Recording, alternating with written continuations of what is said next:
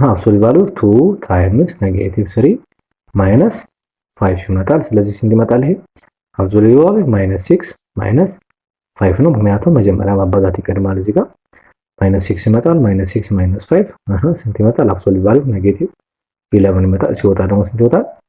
11 ሆኖ ይመጣል ማለት ነው። ግልጽ ነው አይደል ልጆች? በጣም አሪፍ። ኦኬ ሶ አሁን ተመሳሳይ ነው። እስኪ ኢ ማንን እንስራ? እስኪ ኢን እንስራው መጨረሻ ላይ። ኢ ማለት በኤክስ ቦታ ማን ማስገባት?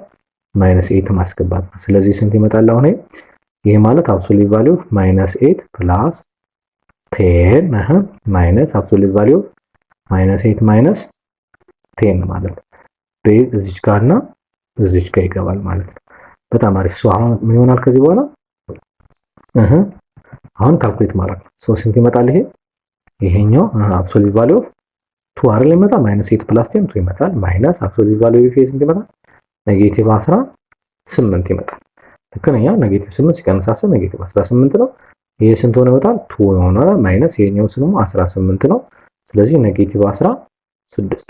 ሰላም ተማሪዎች እንዴት ናቸው? ይህ ሰክሰስ የጥናት ማዕከል የሚያዘጋጀው የ8ኛ ክፍል ማትማቲክስ ሌሰን ነው። 8ኛ ክፍል ማትማቲክስ ሌሰን ዛሬው ይሄ ሌሰናል 3ኛው ሌሰናችን ነው። ምናልባት ለዚህ ቪዲዮ ወይም ደግሞ ለዚህ ቻናል አዲስ የሆናችሁ ሰዎች ካላችሁ 8ኛ ክፍል የሆናችሁ የ7ም የ8ንም የማትማቲክስ ሌሰኖች በዚህ ቻናል ላይ ስለምናስተላለፍ እንዲሁም ሌሰን 1 እና ሌሰን 2 ላይ ያሉ ቪዲዮዎች ከዚህ በፊት ስለ ራሽናል ነምበር ምንነት በደንብ ያየንበት ስላለ እዛ ጋር ሄዳችሁ ቪዲዮውን ማየት ትችላላችሁ። የዛሬው ሌሰናችን ስለ አብሶሉት ቫልዩ ኦፍ ራሽናል ነምበር ስለሆነ ከዚህ በፊት ያሉ ራሽናል ነምበር ምን እንደሆነ እንዴት ዲኖት እንደሚደረግ እሱ ጋር የተሰሩ ኦፕሬሽኖችን እነሱን ሄዳችሁ ሌሰን 1 እና 2 ላይ መመልከት ትችላላችሁ። በዚሁም ቻናላችንን ሰብስክራይብ ማድረጋችሁንም እንዳትረሱ። ቀጥታ ወደ ሌሰናችን እንገባለን ማለት ነው። ኦኬ ምን ማለት ነው አብሶሉት ቫልዩ? አብሶሉት ቫልዩ ሲባል ምን ማለት ነው የሚለውን በመጀመሪያ እናያለን። ከዛ በኋላ ከሱ ጋር የተገናኙ ካልኩሌሽኖችን ወይም ደግሞ ሂሳባዊ ስሌቶችን እንሰራለን ማለት ነው።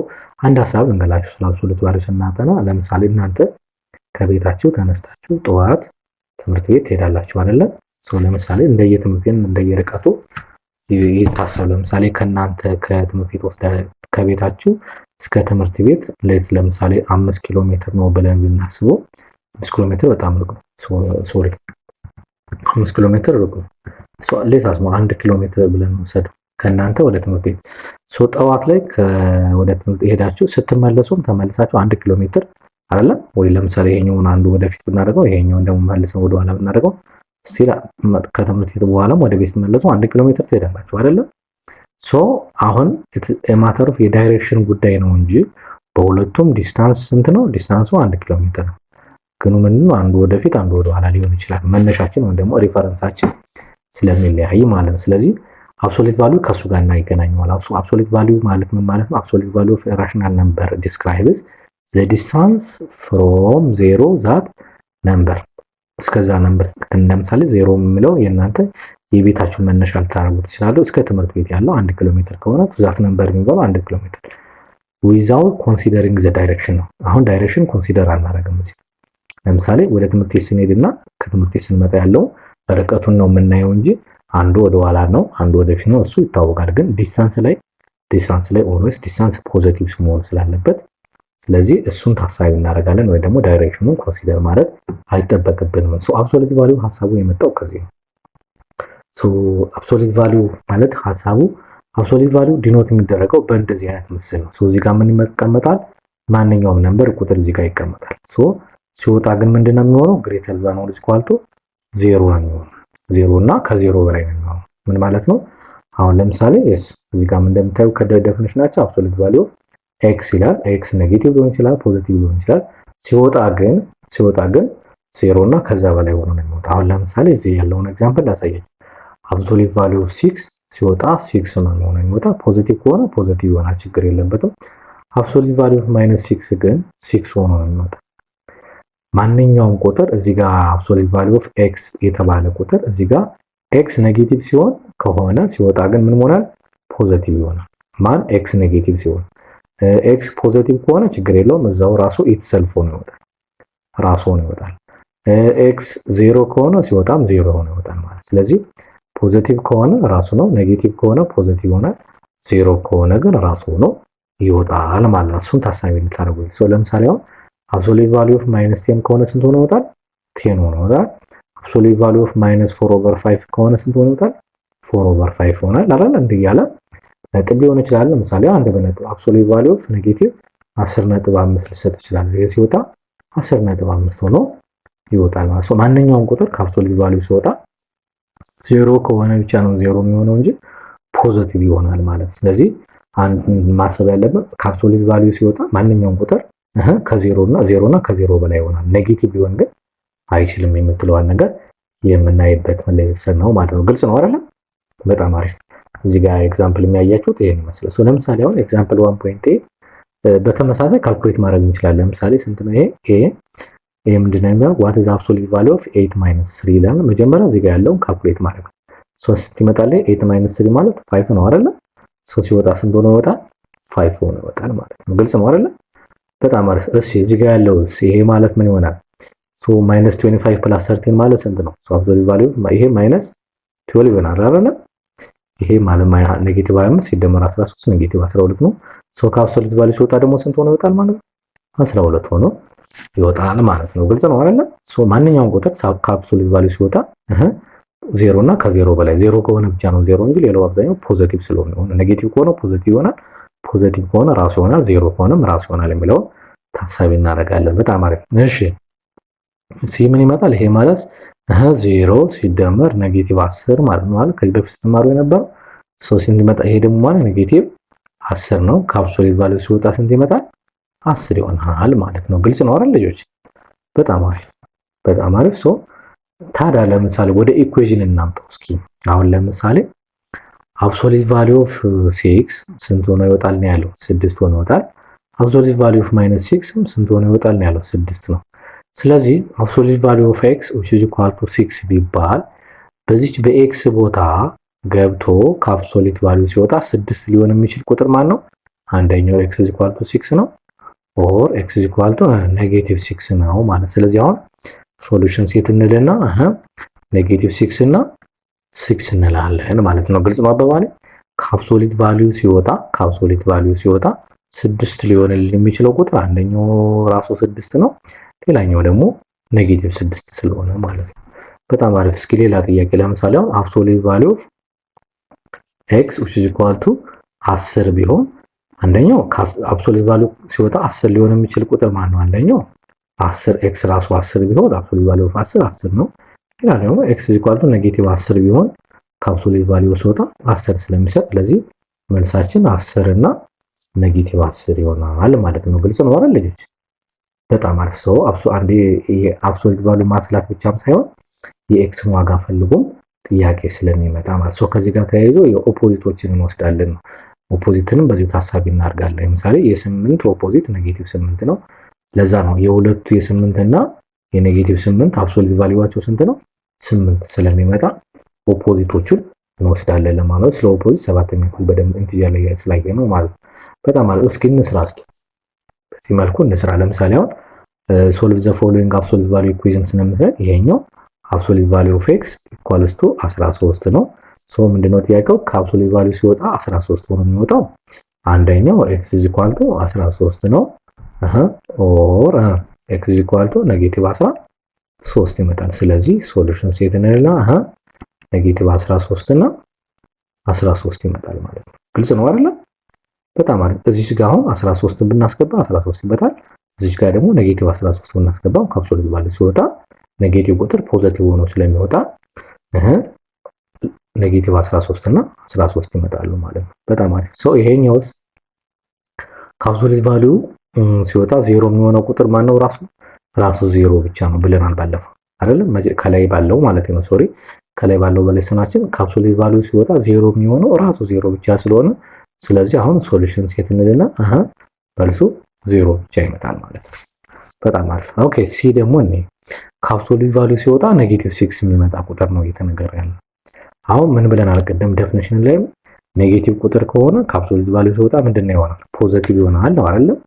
እዚህ ጋር ለምሳሌ አብሶሉት ቫልዩ ብለን የሆነ ኔጌቲቭ ቁጥር ብናስገባ ኔጌቲቭ ነምበር ብናስገባ ምን ሆኖ ነው የሚወጣው? ፖዚቲቭ ነምበር ነው አይደል የሚወጣው። አብሶሉት ቫልዩ ኦፍ ፖዚቲቭ ከሆነ ራሱ ኢትሰልፍ ነው ፖዚቲቭ ነው ራሱ።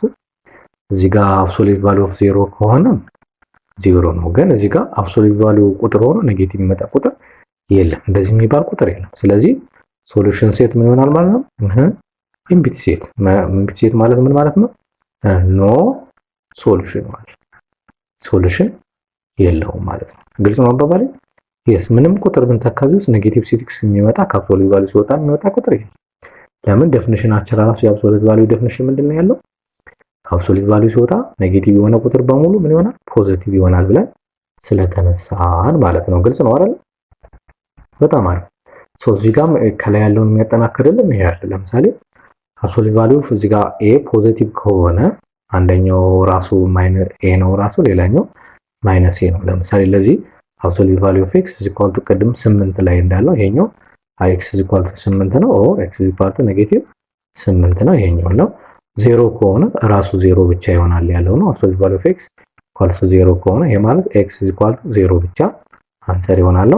ይሄኛው ደግሞ ኔጌቲቭ ከሆነ ለምሳሌ አብሶሉት ቫልዩ ኦፍ ኤክስ ኢኳል ቱ ኔጌቲቭ 10 ቢሆን ከአብሶሉት ቫልዩ ሲወጣ ኔጌቲቭ 10 የሚሆን ቁጥር ስለሌለ ስለዚህ ይሄኛው ኖ ሶሉሽን የሚለው ቀደም ከላይ ያለውን የሰራ ነው የሚያጠናክርልን ነው ማለት ነው። ግልጽ ነው አይደል? በጣም አሪፍ በጣም አሪፍ። ከዛሬ በደንብ አብሶሉት ቫልዩ ያየንበት እና ደግሞ የተለያዩ ካልኩሌሽኖችን ያየንበት ነው። እስኪ ለምሳሌ እንደዚህ አይነት ጥያቄዎችን አንዳንድ እንስራ። ለምሳሌ ምንድነው የሚለን ይሄኛው ኤ አንደኛው ኢቫሉዌት ነው።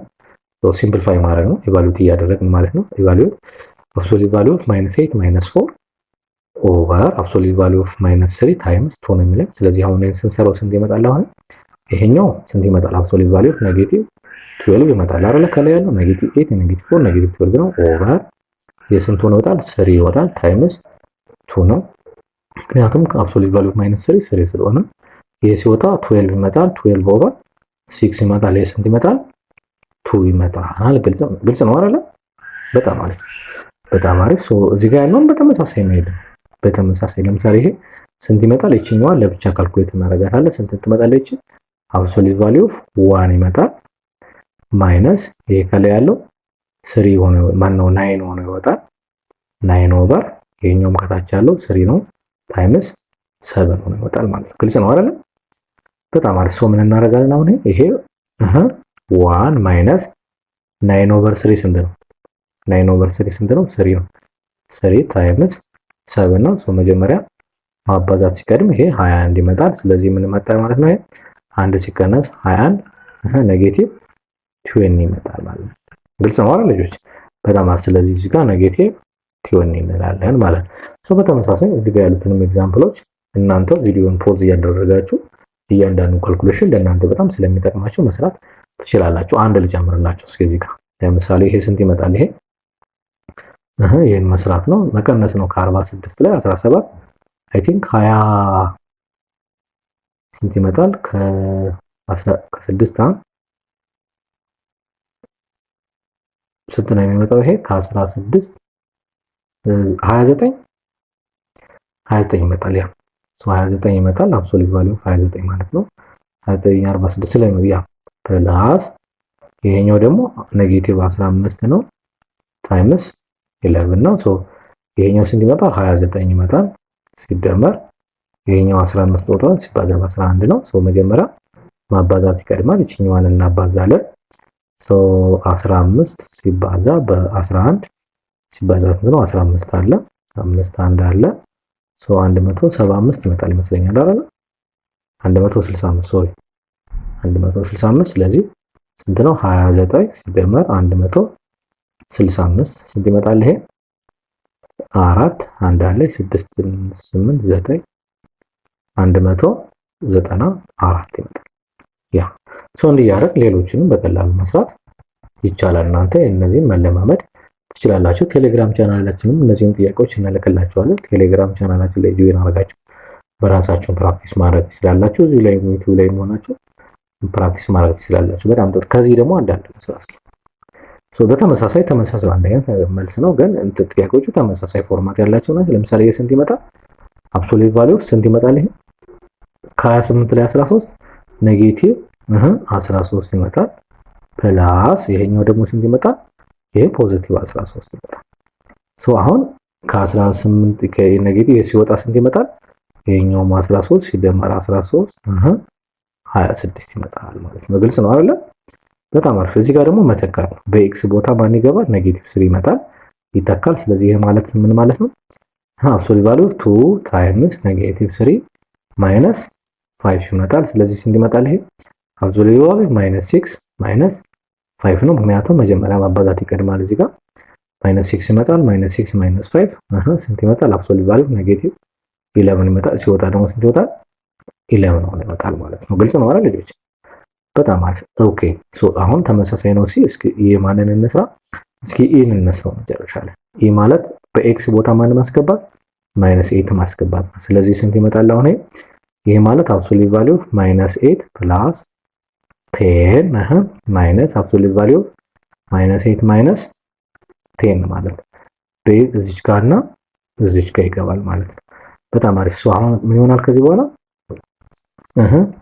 አሁን ካልኩሌት ማድረግ ነው። ሶ ስንት ይመጣል? ይሄኛው አብሶሉት ቫልዩ ኦፍ 2 አይደል ይመጣ ማይነስ 8 ፕላስ 10 2 ይመጣል ማይነስ አብሶሉት ቫልዩ ኦፍ ስንት ይመጣል? ኔጌቲቭ 18 ይመጣል። ልክ ነኝ። ኔጌቲቭ 8 ሲቀንስ 10 ኔጌቲቭ 18 ነው። ይሄ ስንት ሆነ ይወጣል? 2 ይሆናል ማይነስ ይሄኛው ደግሞ 18 ነው። ስለዚህ ኔጌቲቭ 16 ሆኖ መልሳችንን እናስቀምጣለን ማለት ነው። ግልጽ ነው አይደል ልጆች? በጣም አሪፍ። ሶ የዛሬው ሌሰናችን ይሄን ይመስል ነበረ። ያው ጥያቄዎችን እና የተለያዩ ወርክሺቶችን ቴሌግራም ቻናላችን ላይ ስለምንልክላችሁ ቴሌግራም ቻናላችንን ጆይን ማድረጋችሁን እንዳትረሱ። እንዲሁም ዩቲዩብ ቻናላችንን ደግሞ ሰብስክራይብ ማድረጋችሁንም እንዳትረሱ። ሶ አይ ሆፕ አሪፍ ጊዜ አብረን እናሳልፋለን። ከዚህ በፊት ደግሞ ያላያችኋቸው ቪዲዮዎች ካሉ ሌሰን 1 እና ሌሰን 2 ቪዲዮዎቹን ማየት ትችላላችሁ። መልካም የጥናት ጊዜ ይሆንላችሁ። ቻው